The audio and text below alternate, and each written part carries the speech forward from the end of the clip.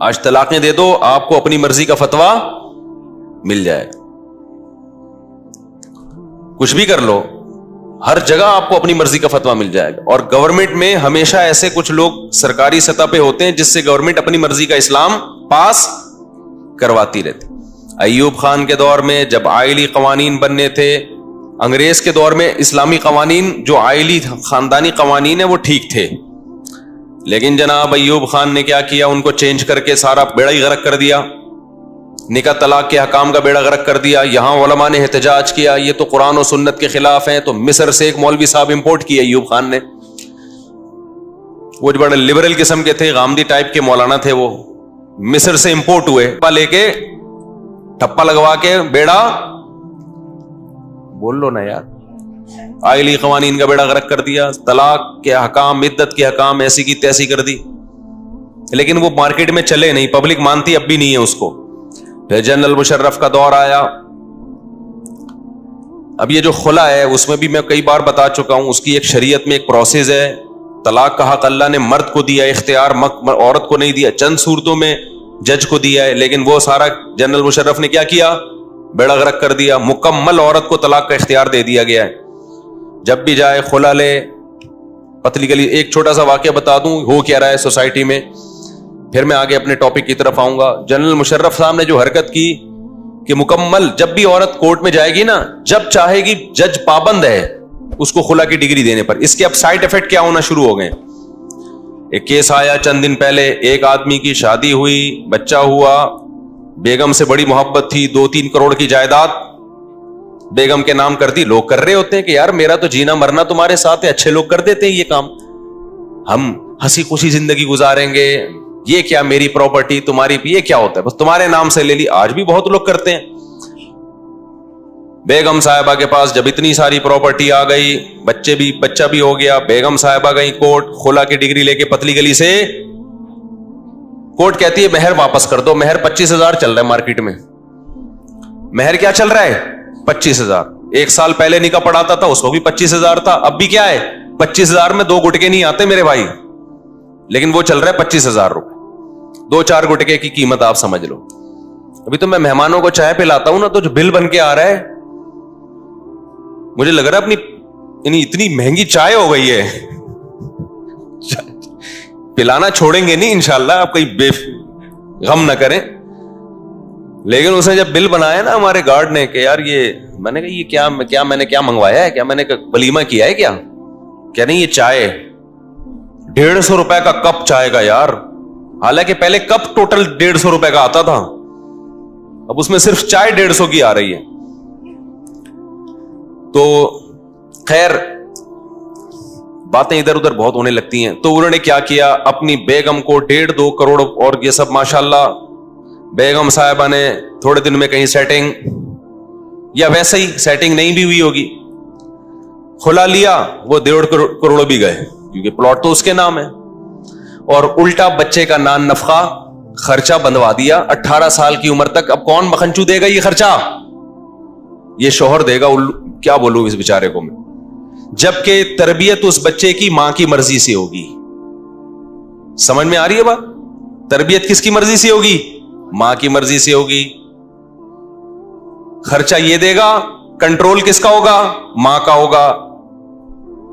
اور ماں اگر کہیں اور شادی کر لیتی ہے, قانون میں لکھا ہوا تو ہے کہ باپ کو مل جائے گا, ملتا پریکٹیکلی نہیں ملتا.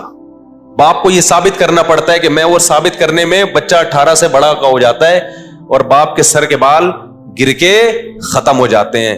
پراپرٹی بھی گئی, بیگم بھی گئی, بچہ بھی مارکیٹ سے شارٹ, اور خرچہ بھی یہ کم بخت دے گا. نہیں دے گا جیل ہو جائے گی اس کو, نہیں دے گا تو کیا ہوگا. کئی لوگ جیل میں پڑے ہوئے ہیں اس چکر میں, اور دانت پیس رہے ہیں وہاں بیٹھ کے. حکومت خود لوگوں کو ڈپریشن کا مریض بنا رہی ہے, اور یہ نہ روکا نا, میں آپ کو بتا رہا ہوں کہ قتل و غارت شروع ہو جائے گا ملک کے اندر. اللہ نہ کرے ایسا ہو, لیکن ہو جائے گا. میرے پاس کتنے کیس آئے, مرد کہہ رہا ہے میں جیل سے نکلا, میں اس کو اپنی بیوی کو قتل کروں گا, میں نے روکا اس کو, یہ جائز نہیں ہے تمہارے لیے. لوگ کہہ رہا میں جان سے ماروں گا اس کو. تو مشرف صاحب نے کر دیا کام, نہ علماء سے پوچھا, نہ